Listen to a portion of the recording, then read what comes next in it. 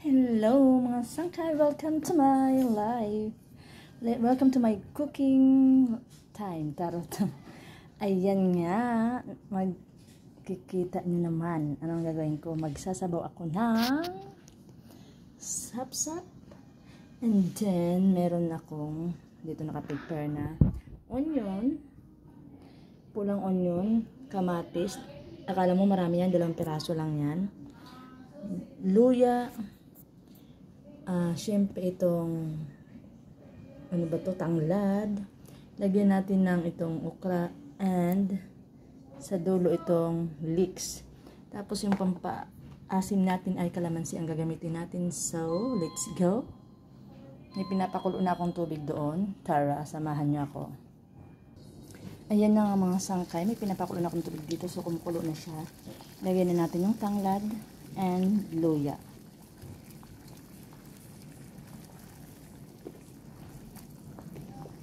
Pakuluin lang natin siya ng mga seconds. Tapos isusunod natin yung tatakpan natin.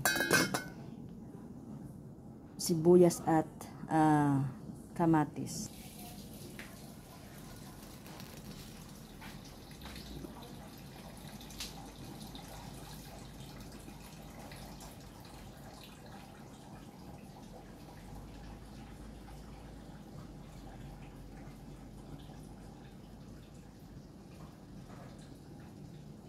Ayan nga, at napakulo na natin ng ilang segundo. Ayan, medyo madilaw-dilaw na. Ibig sabihin, kumapit na yung luya. Ilagay na natin yung ating red onion. Ang hiwa ko ay ginawa ko lang 4. Tapos yung kamatis ko, lagyan na natin. Pakuloyin ulit natin, saka natin ilagay yung isda mamaya. Ilang minute, ilang segundo. Charot.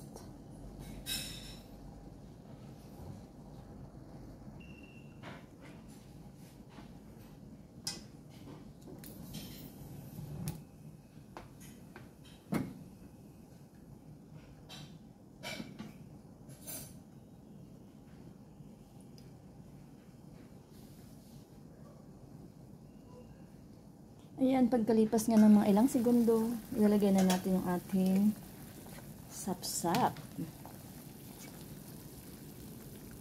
Isa-isa lang baka matalsikan tayo. Hindi lang tayo, pati yung cellphone ko. Charot, tot. Ayan. Sayaan lang din natin ulit kumulo. Pero lalagyan ko na siya ng aking nilalagay na chicken powder. Hold on.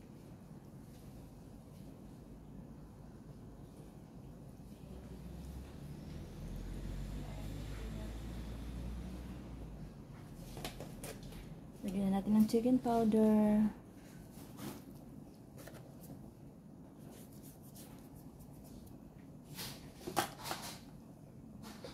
Lagay ko na rin yung kalamansi. Lagyan na rin natin yung kalamansi. Huwag muna ubusin. Baka konti muna. Tapos pakuluin ko muna. Ayan. Ayan muna natin kumulo.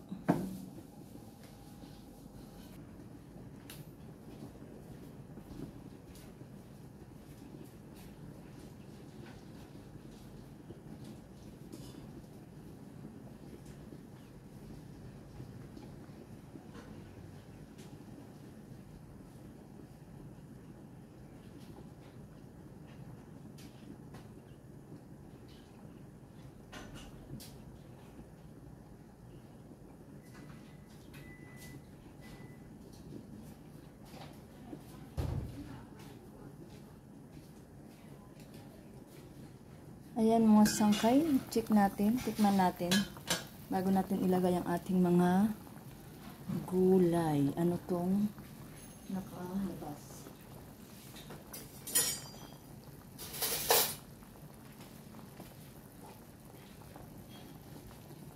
Tanggalin natin to. Sa isda. Tikman natin.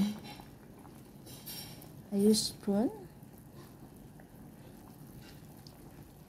Ubusin ko na lang yung kalamansi. Ubusin na lang natin. Tapos ibuhusan natin ng yan. Dagdagan natin pa ng lasa. Bigyan pa natin ng chicken powder.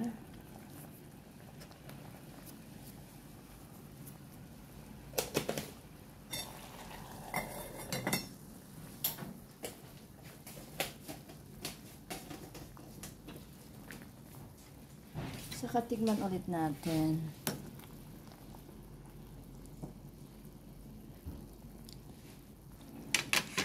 May kulang. May kulang yung pagmamahal. Kulang. Charot. Lagyan natin ng asin. Lagyan natin ng asin. Kita niyo mga sangkay, ang ganda tingnan, no? Pag may iba-ibang kulay. Lagyan natin ng asin. So, ilagay ko na yung okra para maluto na. Kasi ang isda, madali lang maluto yan. Tara. Ganda tingnan, mga sangkay. Takpan lang natin. Saka natin lagay yung leeks. Pag tinignan natin ulit mamaya, taste it and the leeks. Then done. Ayan, let's taste it again. Ang bango niya, mga sangkay. Smells so good. Ang ganda ng okra, oh. Green na green. Ayan. Tingnan natin ulit. Ayan mga sangkay, nadali na. Nadali na, so lagyan natin ang leeks. Nadali na. Off na rin natin. It's done. Off na natin. Done. Thank you guys for watching, mga sangkay. Mga sangkay sa iba't ibang dako. Ayan. Dandahan ng ating pagkuha kasi sap-sap, it's sensitive. Ibabaw natin kasi syempre kuhaan natin ng picture. Paka-sensitive nito, ha. Ay, nakakatakot. Diyan, mga sangkay. Ayan, o. Sarap. Simpleng ulam, pero masabaw na. Makulay o may gulay pa. I love you all. See you in my next video.